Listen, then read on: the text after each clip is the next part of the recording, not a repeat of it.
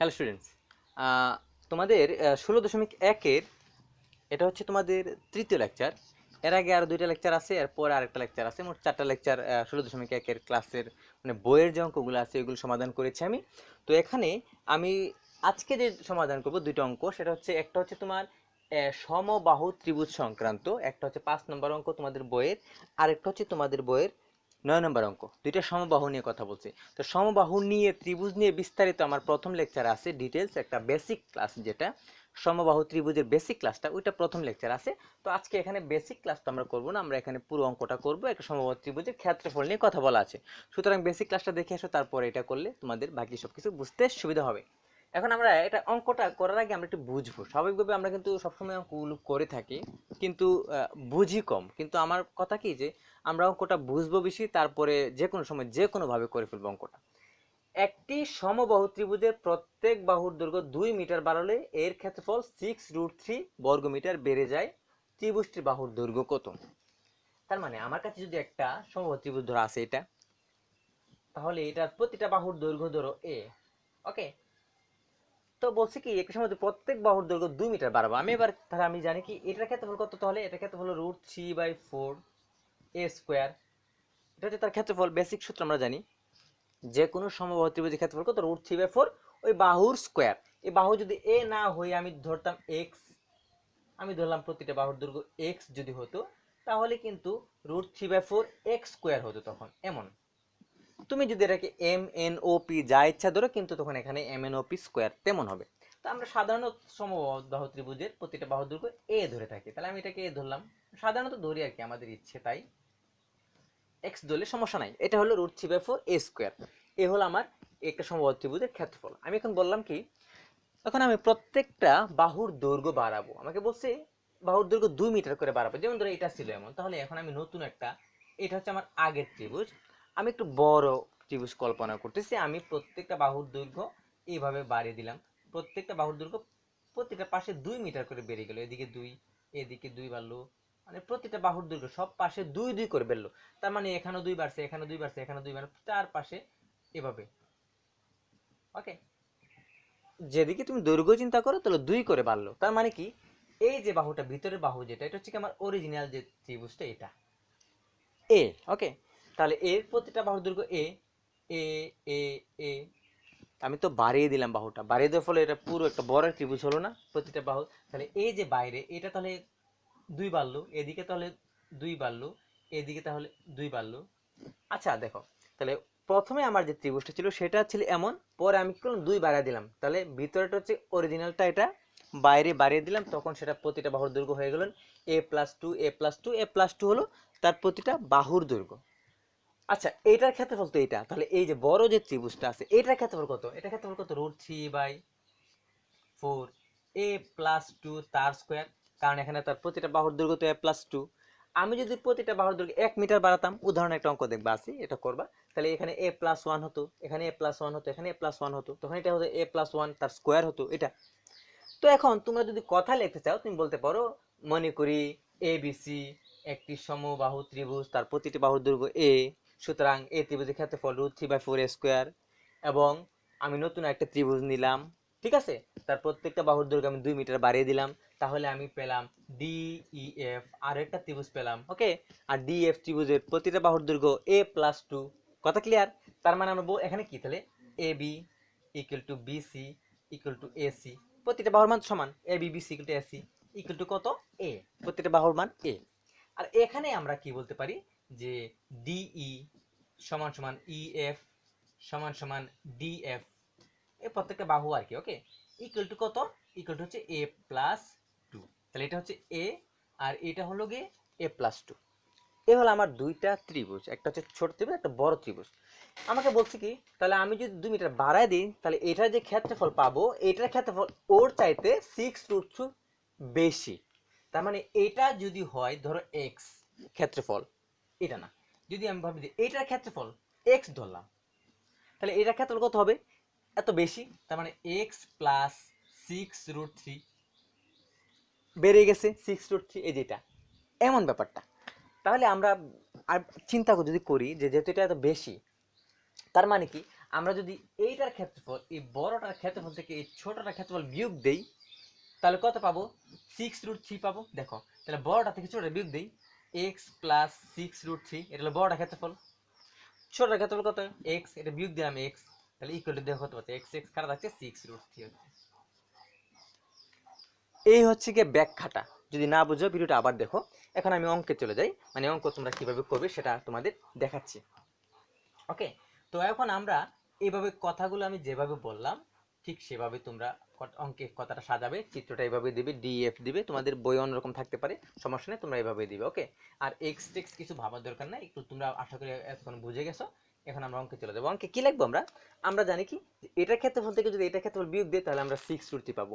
কিছু কথা আছে, এগুলো বই থেকে তোমরা দেখে নিবা, প্লাস আমার অঙ্ক তো আমি কথা বললামই। তাহলে আমরা এখন বলতে পারবে কি যে প্রশ্ন মতে আমি কি বললাম, এই বড়টা ক্ষেত্রফল থেকে ছোট ক্ষেত্রফল বিয়োগ দেই, তো বড়টা ক্ষেত্রফল কত বলো তো? এটা যে ক্ষেত্রফল, এটা তো ছিল √3/4 a প্লাস 2 তার স্কোয়ার, আর ছোটার ক্ষেত্রফল কত ছিল? √3/4 a স্কোয়ার। বড়টা থেকে ছোটার ক্ষেত্রে বিয়োগ দিলাম, ইকুয়াল টু কত হবে? বড়টা থেকে ছোট বিয়োগ দিলে 6√3 হবে। এই যে হয়ে গেল এটা। তাহলে আমি আবার বলি যে বড়টা ক্ষেত্রফল থেকে আমরা ছোট ক্ষেত্রফল বিয়োগ দিব, তাই এত পাবো, এই জন্য এটা এত বৃদ্ধি পাইছে। তার মানে এটা বেশি বলেই কিন্তু আমরা বড় অংশটা বাদ দিয়েছি, মানে বড় থেকে ছোট বাদ দিলে আমরা এটা পাচ্ছি। তাহলে এখন আমরা এটাতে সমাধান যদি করি তাহলে দেখো কি পাই আমরা। √3/4 দুইটার মধ্যে আছে, তাহলে √3/4 কমন নিয়ে নিই। √3/4 যদি কমন নিই তাহলে পাবো a প্লাস 2 তার স্কোয়ার মাইনাস a স্কোয়ার, এটা পাচ্ছি এখানে ইকুয়াল টু 6√3। ওকে, দেখো এটা থেকে প্লাস 2 স্কোয়ার আসছে, এখান থেকে a স্কোয়ার আছে, √3/4 কমন নিয়ে নিছি আমি এখন। ওকে, তাহলে √3/4 কমন নিয়ে দেখো এই পাশে একটা √3 আছে, এই পাশে একটা √3 আছে, তাহলে এই √3 কেটে দাও, আর এই 4টা নিচে আছে, ওই পাশে গিয়ে গুণ হয়ে যাবে। তাহলে এটা কি থাকবে? দেখো a plus 2 square minus a square equal to এই 4টার পাশে গিয়ে 4 6 24 হয়ে গেল। এই √3 কেটে দিছি, আর 4টার পাশে গিয়ে গুণ হয়ে গেছে 24 হয়ে গেছে এমন। এখন আমরা বলতে পারি এটাকে a প্লাস 2 হোল স্কয়ার মানে কি a square plus 2ab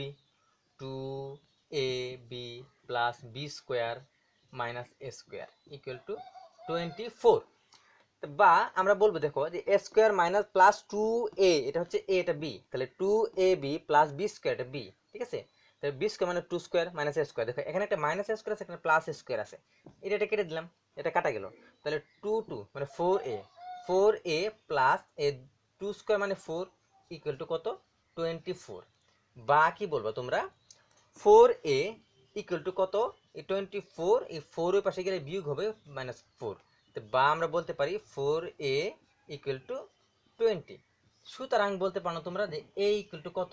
20/4 equal to 5। এই যে 5। এখন অঙ্কে চাইছে তোমার এই অঙ্কেই চাইছে যে ত্রিভুজটির বাহুর দৈর্ঘ্য, এই যে আমি ত্রিভুজটির বাহুর দৈর্ঘ্য a পাইলাম, এই যে এই ত্রিভুজটা বাহুর দৈর্ঘ্য এটাই চাইছে। এখন অঙ্কে তোমরা খেয়াল করো, তোমাদের পরীক্ষা আসতে পারে যে ত্রিভুজটা বাহুর দৈর্ঘ্য বের করছো, যদি বলে নতুন ত্রিভুজটির বাহুর দৈর্ঘ্য কত, তাহলে নতুন ত্রিভুজটা বাহুর দৈর্ঘ্য কত? তাহলে বড় ত্রিভুজটা যে বাহুর দৈর্ঘ্য সেটা হচ্ছে গিয়ে a প্লাস 2 ইকুয়াল টু এর মান কত? 5, 5 প্লাস 2 তখন এটা হবে 7। যদি বলে ত্রিভুজটির বাহুর দৈর্ঘ্য কত, তাহলে এই ত্রিভুজের বাহুর দৈর্ঘ্য 5 অ্যান্সার। যদি বলে নতুন ত্রিভুজের বাহুর কত, তাহলে 7। যদি তোমাকে বলে এখন, আচ্ছা এটা তোমরা তুলে ফেলো, এখন তোমার পরীক্ষায় সৃজনশীলে বিভিন্নভাবে ঘুরিয়ে যদি দেয় এখান থেকে প্রশ্ন, যেমন ধরো তোমাকে বললো যে ত্রিভুজটির ক্ষেত্রফল কত, তাহলে তোমরা এখন বলবা কি বাহুর দৈর্ঘ্য তো a পাই গেছো 5, তাহলে ক্ষেত্রফল কত বলবা? √3/4 ইন্টু a স্কোয়ার, তার মানে কত? √3/4 ইন্টু এই যে a স্কোয়ার মানে 5 স্কোয়ার, তাহলে কত হচ্ছে? √3/4 ইন্টু 5 স্কোয়ার মানে 25, তাহলে দেখো 25√3/4, তাহলে 25√3/4 কত হয়? 25√3/4 এটা দিলে পাচ্ছ আমরা 10.825। এই যেটা, এটা হলো অ্যান্সার। যদি বলে ত্রিভুজের ক্ষেত্রফল কত, আচ্ছা তোমাকে যদি এখন তাও বলে যে নতুন ত্রিভুজের ক্ষেত্রফল কত, তখন তোমরা বলবে কি √3/4 a প্লাস 2 তার স্কোয়ার, তখন এটা হবে 5 স্কোয়ার জায়গায় হবে তখন 7 স্কোয়ার, তখন এটা হবে 7 স্কোয়ার মানে 49, এটা হবে।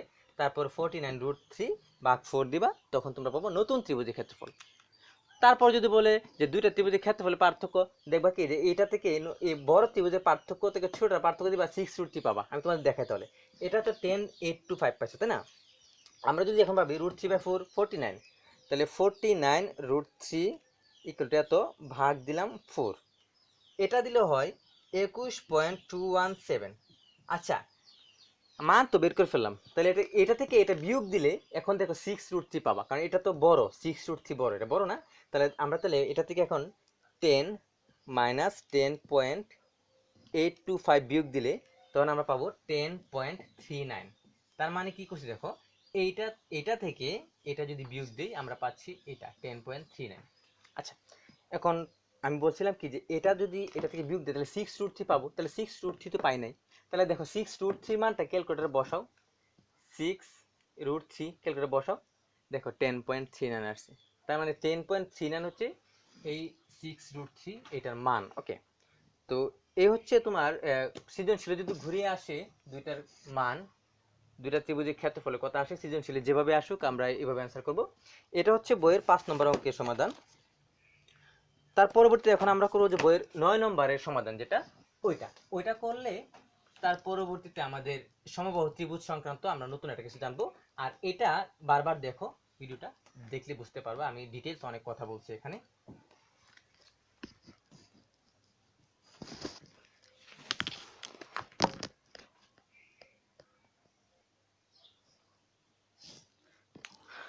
ওকে, আমরা এখন 9 নম্বর অঙ্কটা সমাধান করব। এখানে বলছে কি দেখো, একটি সমবাহু ত্রিভুজের অভ্যন্তরস্থ একটি বিন্দু থেকে তিনটির উপর অঙ্কিত লম্বের দৈর্ঘ্য 6, 7, 8 সেন্টিমিটার। তার মানে আমি প্রথমে একটা সমবাহু ত্রিভুজ চিন্তা করবো, এটা হচ্ছে আমার সমবাহু ত্রিভুজ। তার মানে প্রত্যেকটা বাহুর দৈর্ঘ্য সমান। আমি ধরলাম আমার এ বি সি, এটা একটা সমবাহু ত্রিভুজ। এটার উপর অঙ্কিত লম্বের দৈর্ঘ্য, অভ্যন্তরস্থ একটি বিন্দু মানে কি, যে কোনো একটা অভ্যন্তরের মাঝ বিন্দু এটা, এই বিন্দু থেকে তিনটির উপর অঙ্কিত লম্বের দৈর্ঘ্য। তার মানে এখান থেকে এটার উপর একটা লম্ব হয়েছে, আর এখান থেকে এটার উপর আরেকটা লম্ব হয়েছে, এবং এখান থেকে এটার উপর আরেকটা লম্ব হয়েছে, এমন কিন্তু ব্যাপারটা। ওকে, তার মানে ওরা লম্বগুলো তাহলে একদম মাঝ বরাবর দিই, যেহেতু লম্ব হচ্ছে, ঠিক আছে, এইভাবে এটা তৈরি করছে। ওকে, এই লম্বগুলোর দৈর্ঘ্য এখানে বলেছে 6, 7 এবং 8। তা আমি ভাবলাম যে এটা হচ্ছে 6, এটা হচ্ছে 7, আর এটা হচ্ছে 8, প্রত্যেকটা হচ্ছে সেন্টিমিটার সেন্টিমিটার সেন্টিমিটার। এই হচ্ছে আমার কথা। তা আমি ভাবলাম কি আমার এ বি সি একটা সমবাহু ত্রিভুজ। ওকে, তার মধ্যবিন্দু একটা ধরলাম ও, ও থেকে বিসি এর উপর লম্ব ধরলাম আমি ডি, ও থেকে এসি এর উপর লম্ব ধরলাম ই, এবং ও থেকে এ বি এর উপর লম্ব আমি ধরলাম এফ। এ হচ্ছে আমার এই চিত্রের বর্ণনা। এবার তাহলে কথায় আসি, বুঝবো আমরা অঙ্কটা। অঙ্কিত লম্বে এখন বলছে ত্রিভুজটির বাহুর দৈর্ঘ্য। ত্রিভুজটির বাহুর দৈর্ঘ্য মানে কি? ত্রিভুজটির বাহুর দৈর্ঘ্য হলো যে আমার যে মেইন ত্রিভুজটা আছে, মানে এ বি সি যে ত্রিভুজটা, এই ত্রিভুজের প্রত্যেকটা বাহুর দৈর্ঘ্য এটা চাইছে। তাহলে এই ত্রিভুজের এই বাহুটার দৈর্ঘ্য তো এটা এসি, এই বাহুর দৈর্ঘ্য তো বিসি, আর এই বাহুর দৈর্ঘ্য হচ্ছে এবি। আমার এই বাহুগুলো মান চাইছে, কিন্তু এই বাহুগুলো মান তো আমি জানি সেম, তাই না? তা আমি ধরলাম এই বাহুর দৈর্ঘ্য এ, এটার দৈর্ঘ্য তো এ, তাহলে এ হবে, এ এর মানটা আমি নির্ণয় করব। আচ্ছা, তাহলে আমরা এখন বুঝতে পারছি যে এই এ বি সি ত্রিভুজের যে ক্ষেত্রফল, যেহেতু একটা সমবাহু ত্রিভুজ, তাহলে তার মান হচ্ছে √3/4 এ স্কোয়ার। ওকে, যেহেতু আমি বললাম যে এ বি সি এর মান প্রত্যেকটা বাহুর দৈর্ঘ্য এ, তাহলে এ বি সি ত্রিভুজের ক্ষেত্রফল √3/4 এ স্কোয়ার। এর মাঝে যে এই যে একটা ত্রিভুজ আছে এখানে, যেমন ধরো এই যে লম্ব তো এখানে হচ্ছে, তাই না? ওকে, এখন আমরা যদি ভাবি এটাকে এভাবে, দেখো এই যে একটা ত্রিভুজ এভাবে, আমরা যদি এটাকে এভাবে চিন্তা করে দেখি, দেখো এই মানে মাঝবিন্দু যেটা ছিল এটা তো এইভাবে, এই যে একটা বাহু এদিকে বরাবর গিয়েছে, এই বাহুটা আর কি ও এফ যাকে বলছি আমরা, এমন ওই আর কি যাকে বলি।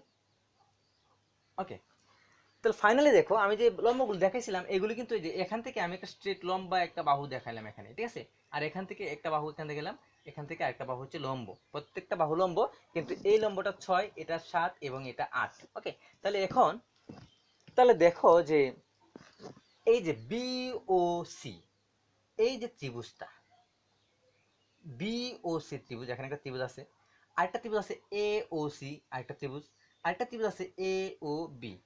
ওকে, এই তিনটা ত্রিভুজ এখানে আছে। এই পুরোটা হচ্ছে এবিসি ত্রিভুজের ক্ষেত্রফল। তার সাথে যদি আমি আলাদা আলাদা করে এই যে বিওসি, এওসি আর এওবি এই তিনটা ত্রিভুজ যোগ করি, তাহলে তো পুরোটা মিলে এবিসি ত্রিভুজ হবে। কথা বুঝতে হবে কি, যে আমার যে মাঝে এই ত্রিভুজটা আছে, এটা, এটা এবং এটা, এই তিনটা ত্রিভুজের যোগফল কিন্তু পুরো ত্রিভুজ। তো তিনটা ত্রিভুজ কত, এই পুরোটা আমি আলাদা করে রাখলাম। এটা হচ্ছে মেইন ত্রিভুজ, মানে বড় ত্রিভুজ, যেটা অরিজিনাল ত্রিভুজের ক্ষেত্রফল এটা। এখন আলাদা আলাদা করে আমি যদি ভাবি বিওসি, আমার কাছে এই বিওসি যে ত্রিভুজটা আছে, এটা ক্ষেত্রফল কত? আমরা জানি কি ত্রিভুজের ক্ষেত্রফল হাফ ইন্টু ভূমি ইন্টু উচ্চতা। তাহলে এটার ক্ষেত্রফল, তাহলে ত্রিভুজ বিওসি এর ক্ষেত্রফল কত? তাহলে হাফ ইন্টু ভূমি ইন্টু উচ্চতা, তাহলে হাফ ইন্টু ভূমি, এটা ভূমি হচ্ছে এটা বিসি, ওকে, ইন্টু উচ্চতা কত? উচ্চতা হচ্ছে এটার ওডি, যেহেতু আমি বিওসি ধরছি, ঠিক আছে, তাহলে এটা লম্ব কিন্তু এটা ওডি। আমরা এখন জানি কি এটা, এটা হচ্ছে তোমার হাফ ইন্টু বিসি। এই যে বিসি এর মান তো আমি জানি, এই যে এ, বিসি মানে তো এ, এ দিলাম এটা, ইন্টু ওডি মানে কত? ওডি মানে হচ্ছে 6, এই যেটা, ওকে। তাহলে এখন যদি আমি 2 2 কাটি এটাকে, তাহলে 3 থাকবে, তাহলে এটা দেখো পাচ্ছ 3a। তার মানে ত্রিভুজ বি ও সি এর ক্ষেত্রফল হচ্ছে 3a। এটা কাজ শেষ হলো, এই অংশটা কাজ। তাহলে এ দুইটা দেখি, এ, এ ও সি, এটা এ ও সি এর ক্ষেত্রফল দেখি তো। তাহলে ত্রিভুজ এ ও সি এর ক্ষেত্রফল ইকুয়াল টু হাফ ইন্টু ভূমি ইন্টু উচ্চতা। এ ও সি এর ভূমি হচ্ছে এসি, দিলাম এসি, ইন্টু উচ্চতা কোনটা? এটা ও ই, উচ্চতা হচ্ছে ও ই। তাহলে আমি দেই হাফ ইন্টু এসি এর মান তো এ, ইন্টু ও ই কত? ও ই হচ্ছে 7, তাহলে 7 দিলাম এটা।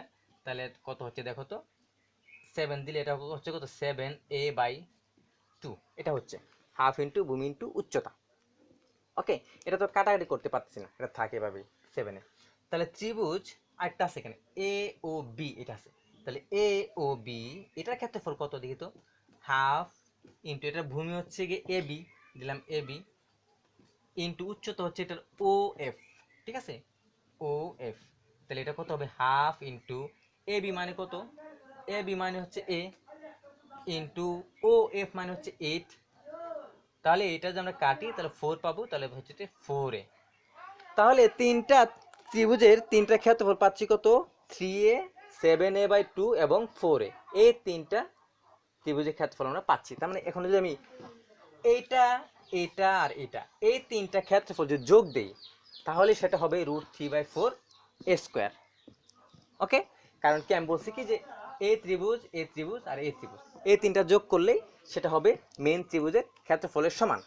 তাহলে আমি এখন প্রশ্ন মতে বলে দিই যে এটা যোগ এটা যোগ এটা ইকুয়াল টু এটা, তাহলে আমার অঙ্ক শেষ হয়ে যাবে। তখন থেকে আমি এখান থেকে এর মানটা বের করতে পারবো। তাহলে আমি দেখি তো, লিখি 3a, আরেকটা হচ্ছে 7a/2, আরেকটা হচ্ছে 4a, এটা।